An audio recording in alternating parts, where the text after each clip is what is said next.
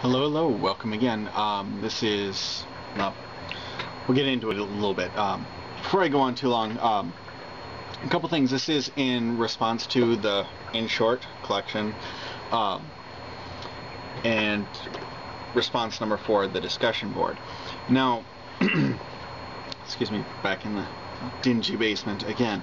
But this, when we're dealing with exemplification and definition, these two essays I'm having you read, the In Praise of the Humble Comma and the Fine Art of Sighing, the specific reasons I'm having you read these, which I think are two of the most fantastic little essays you could read, especially Ear's In Praise of the Humble Comma. One, because it deals with punctuation, and this is an English course, I'm an English teacher, so it makes sense.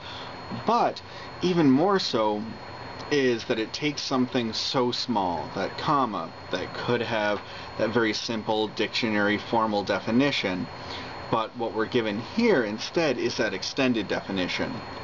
So this falls definitely under that idea of a definition essay.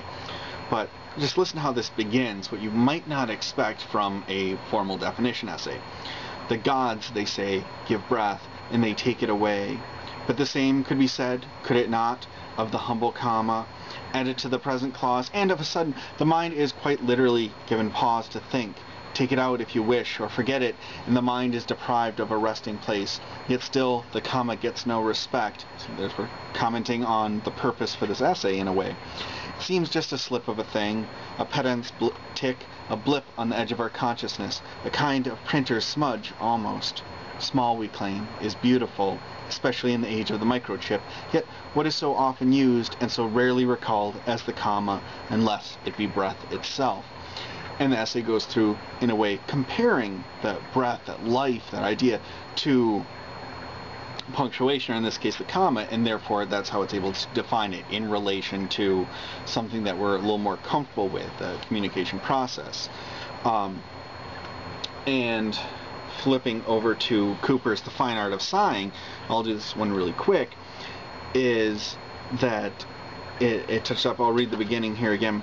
You feel a gradual welling up of pleasure, or boredom, or melancholy. Whatever the emotion, it's more abundant than you ever dreamed. You can no more contain it than your hands can cup a lake. And so you surrender and suck the air. Your esophagus opens, diaphragm expands, poised at the crest of exhalation. Your body is about to be unburdened, second by second, cell by cell.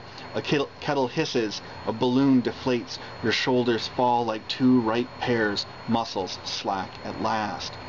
And there's a physical sense, it gives the physical, in a way, definition of what happens during a sigh, but then we get the purpose for it. And that's just the introduction. And it goes on, here's that exemplification. There's examples. My mother stared out the kitchen window, ashes from her cigarette dribbling into the sink. Goes on to get to sighs there. My father's sighs were more melodic. A friend of mine once mentioned that I was given to long and ponderous sighs. I'm just reading the first sentence of each paragraph. It's a reflex and a legacy, the soulful species of breathing. Listen closely. My ancestors' lungs are pumping like bellows. Blah, blah, blah, blah, blah. At any given moment, there must be thousands of people sighing. So it's connecting. It's a lot of examples.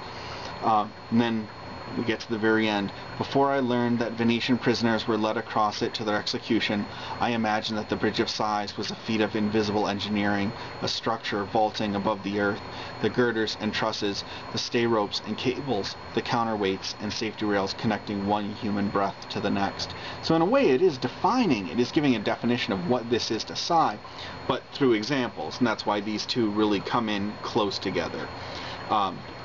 And that's just a quick note of that.